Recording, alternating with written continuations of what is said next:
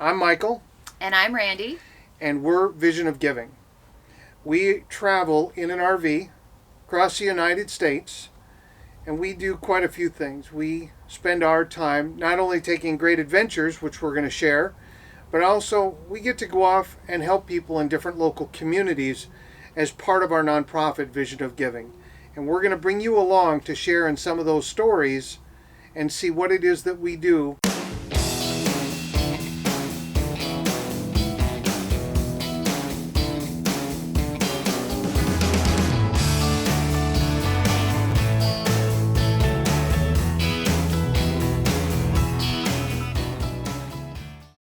So we got ourselves a new used RV. It's a 2002, a little bit older, so it needs some basic repairs, and a mechanic helped us go through the whole coach. And we thought we had the whole RV ready to go. We were actually in the middle of gassing it up and propane and getting ready to put it away for our inaugural trip, when on the way back, as we were getting ready to put it away, it broke again. This one, unfortunately, was a little more major. It involved the engine, so out came the tow truck, and we took it to a shop where they went through it. They did fix everything. We froze up a air conditioning clutch and blew a serpentine belt, but got everything fixed in the process of the mechanics working on the coach, because the engine's underneath the bed in the back. That's how they have to access it. As they were working, they unfortunately tracked some grease on the carpeting, accidentally. It was a lot of grease, and I was very unhappy.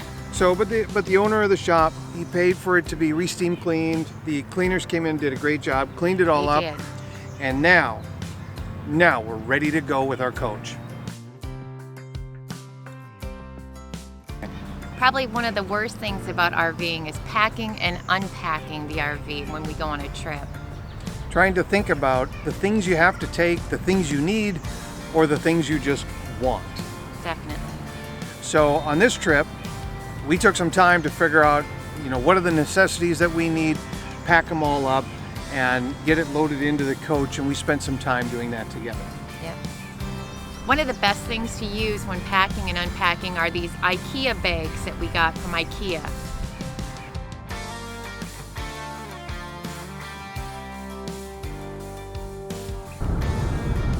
Let me interrupt this video for a second. We were getting ready to pack up the RV and get ready to share the story with you, but I want to interrupt for a second. As we were packing, I just got a call.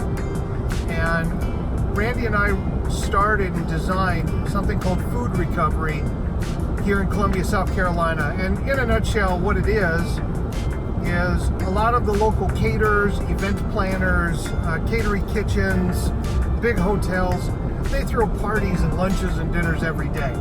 And what they do is they create food, some of the greatest foods for parties, and they serve these major events. Well, a lot of times people don't show up, extra food is made, and the problem is in the catering industry, if it's been made, they can't resell it.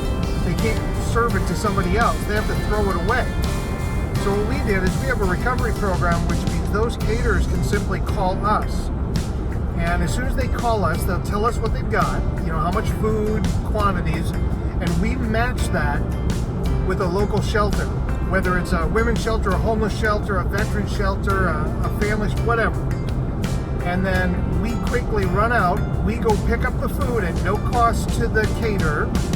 We load it up in food safety containers and everything, and we deliver it, again at no cost, over to the shelters and donate that food so that we can try to be an asset to our community.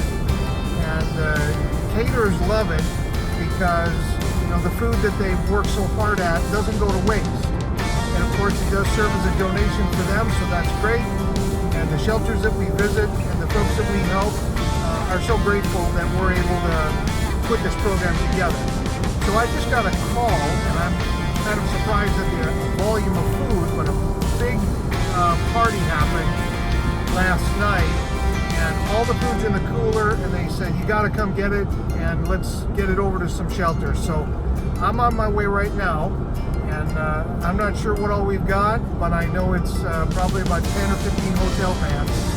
So we're going to go see what we've got. We're going to get this stuff packaged up and get this over to some local shelters and give you a chance to see what food recovery is. So come on along with me, and let's go see if we can do something good for some folks today. I want you to see the amount of food that we are about to pick up.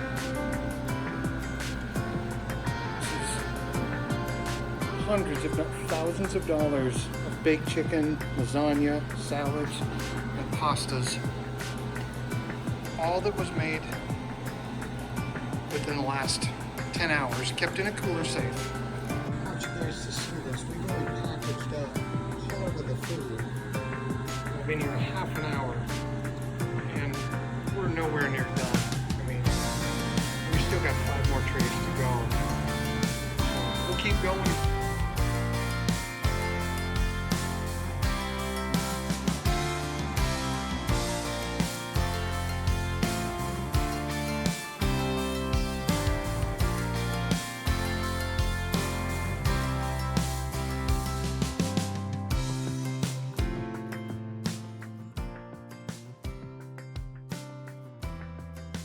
Look at all of the food that we have packed up. There's so much, it just keeps going and going and going.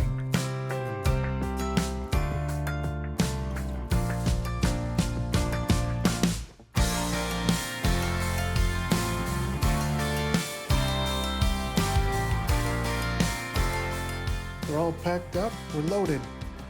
We're ready to go get this food to the shelter that we matched it with. Let's hit the road.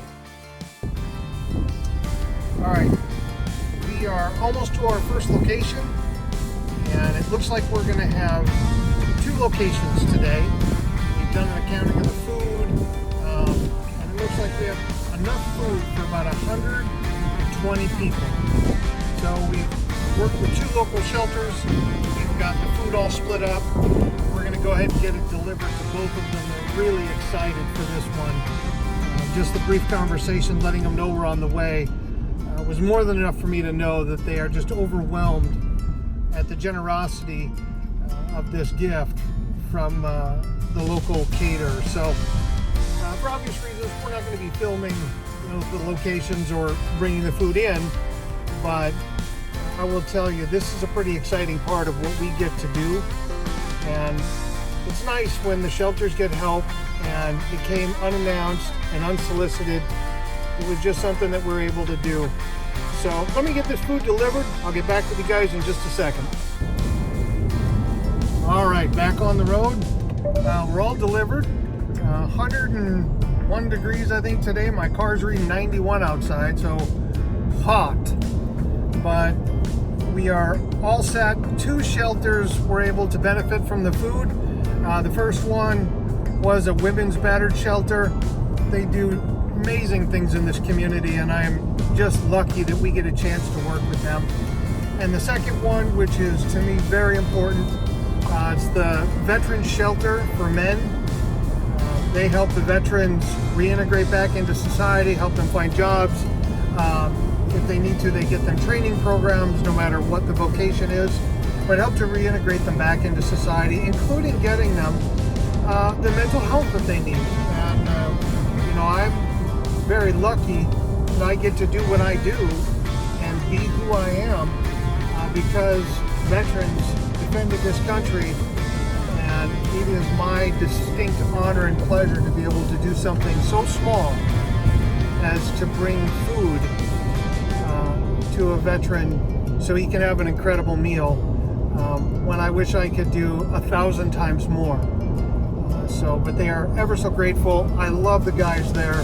Had a chance to sit and talk with them at the table, just say thank you and tell a little story about who we are, why we do this, a little bit about Vision of Giving, which is our nonprofit that we do these types of things under. And what an amazing day. So I'm feeling pretty good.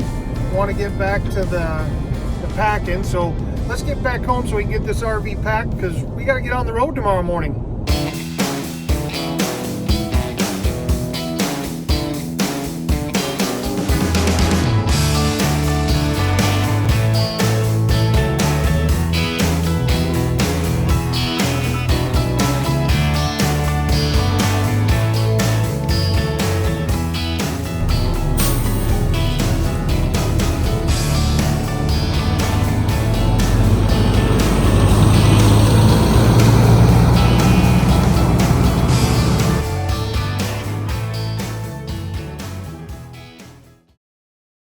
So the reason for the trip to Alabama was our son Austin, who 2 years ago we moved him to Alabama for college.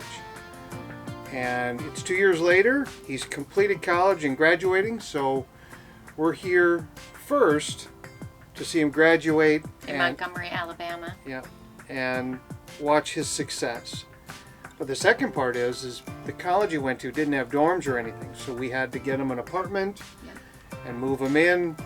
And after graduation, we're moving him out. So wait till you see what we did with our RV. But during the graduation, it was a great service. The ceremony was awesome, watching him walk across the stage. Austin B. Kilborn, Nursing Bachelor. Way to go, Austin!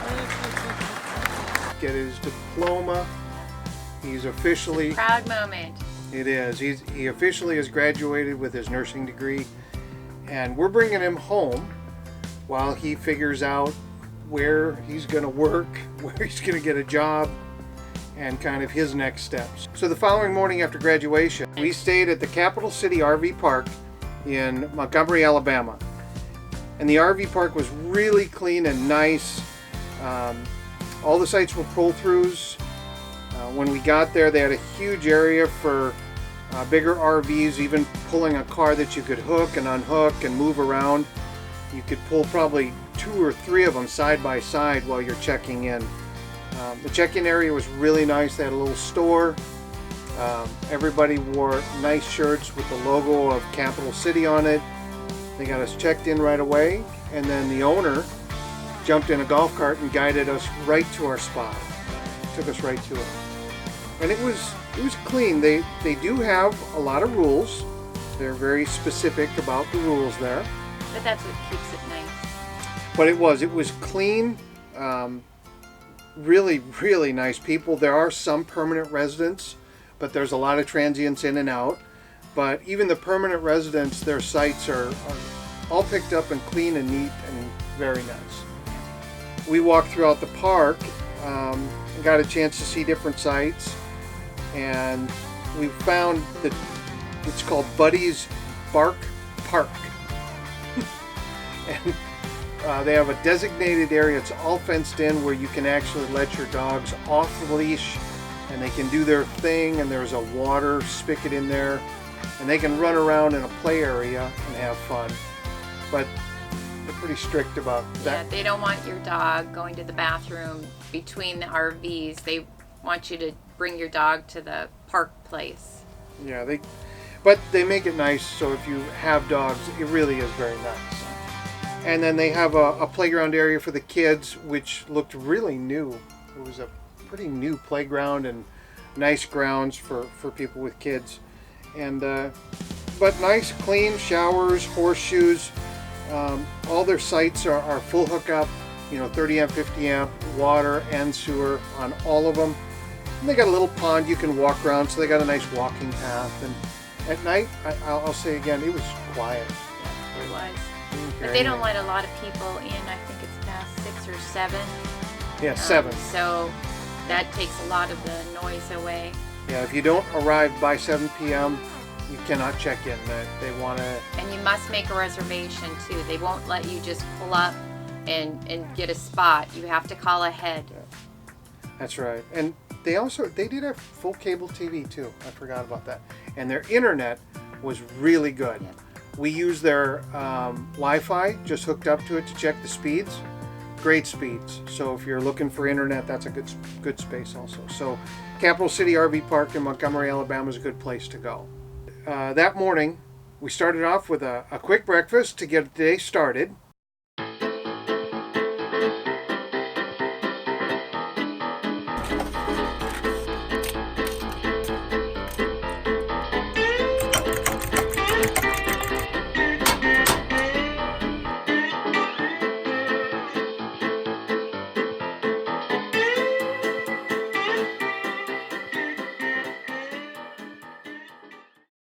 So then we headed off to U-Haul to go get loaded up, and I've got my partner for that, who is awesome.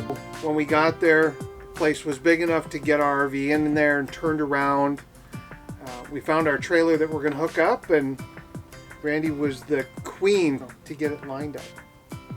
You got us lined up. Let me show you. Oh God. Looking good. About 10 feet. Keep coming back. Keep going back. We got 6 feet at least. 5 feet. 4 feet. Now go straight back. You're perfect. A little bit more. A little bit more. Stop. So after we got all hooked up, we headed over to the apartment, and you had spent a little time already packing him and getting the boxes ready, and we loaded him out, got everything packed up, and cleaned out the apartment and turned in the keys and headed him back to South Carolina. Time to take him home and take a quick trip back to South Carolina. Hopefully nothing breaks. How about this? Let's get some fuel. We'll fill up the RV first. Then we'll hit the road and we'll bring him home. How about that? All right. Okay. Fingers crossed.